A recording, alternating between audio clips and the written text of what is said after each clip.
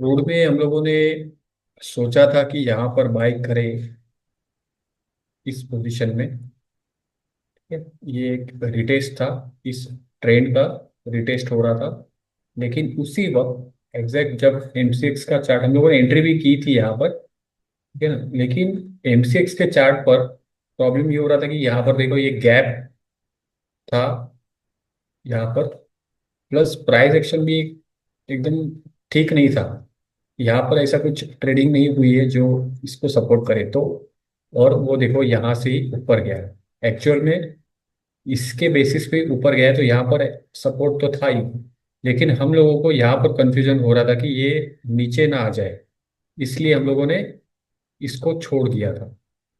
तो जब कभी कंफ्यूजन की सिचुएशन होती है तब ट्रेड छोड़ना बेहतर होता है, क्योंकि अगर यहाँ पर बाई करते हो नीचे आता तो लॉस हमें ही होता है। ठीक है ना, तो कोई कंफ्यूजन होगा तो हम लोग उसको अवॉइड करते हैं।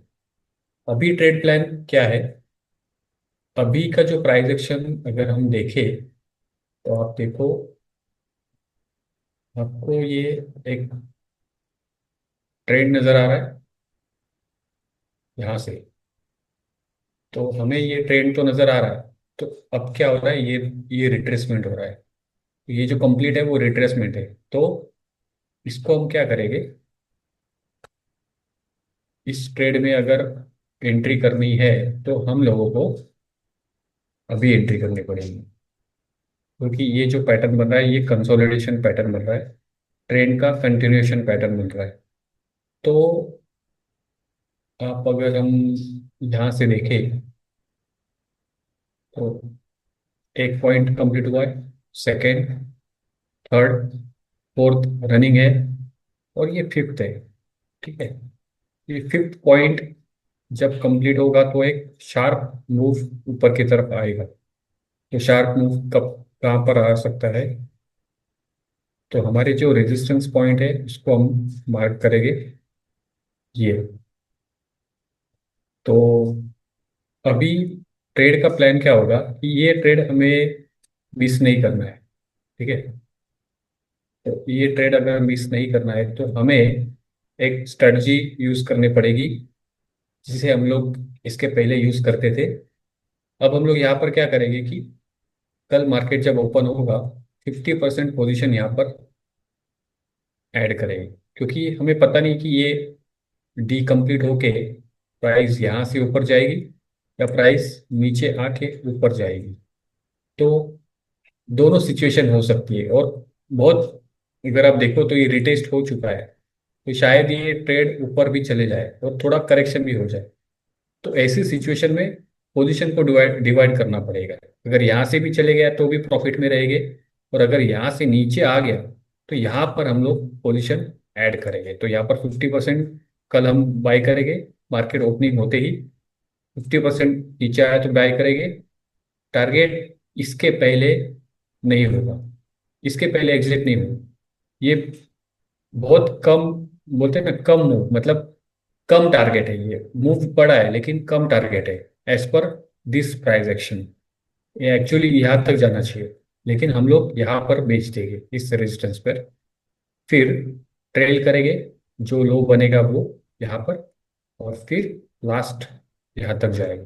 बहुत क्लियर पैटर्न दिख रहा है कि ये एक फ्लैग में कन्वर्ट होगा और फ्लैग में ब्रेकआउट होगा। तो ब्रेकआउट के बाद ट्रेड करके मतलब नहीं है। तो सेम सिचुएशन होगी यहाँ पर। अगर मैं तो फ्यूचर्स ट्रेडिंग करूंगा, अगर आप ऑप्शन ट्रेडिंग करोगे तो आपको ऑप्शन लेना होगा 5200 का, एज पर दिस हमारा एमसीएक्स के चार्ट के बेसिस पर। लेकिन ऑप्शन को डिवाइड करना पड़ेगा। अगर आपने यहाँ पर ऑप्शन बाई किया है तो नीचे आने दो, फिर आप उस ऑप्शन में ऐड करोगे और फिर ऊपर जाएगा। और अच्छी चीज़ होगी कि आप मिनी फ्यूचर में आप बाई कर सकते हो, उसमें बेहतर होगा। लेकिन आप ऑप्शन भी ट्रेड करोगे तो भी 50% करना है, और अगर फ्यूचर में भी ट्रेड करोगे तो भी 50% करना है, क्योंकि प्राइस एक्शन कह रहा है कि थोड़ा ड्रॉप आ सकता है, इससे ऐसा ऐसा ऐसा आएगा और यहाँ से ऊपर चले जाएगा। तो बहुत सिंपल प्लान है, और स्टॉप लॉस यही होगा। तो पता चलेगा कि अगर ये सपोर्ट पे क्लोज हो जाए तो हमें पता चल जाएगा कि प्राइस एक्शन ठीक नहीं है, हम लोग क्लोज कर देंगे। लेकिन अभी का जो स्टॉप लॉस है वो यही है 57.92। ये जो लो है वो, उसके पहले स्टॉप लॉस बाद में का प्राइस एक्शन देख के पता चलेगा। अगर ये यहाँ पर क्लोजिंग करेगा तो पता चल जाएगा कि हम लोगों को एग्जिट करना है, ठीक है। तो बहुत सिंपल है, कल ही बाय करना है मार्केट ओपनिंग में। अगर फ्लैट ओपन होता है तो कैप अप होता है, तो इतना बड़ा गैप अप नहीं होगा, लेकिन जो भी होगा वो यहाँ पर बाई कर देगा। नीचे ओपन हुआ तो और अच्छी बात है, हमको बाई करना ही पड़ेगा।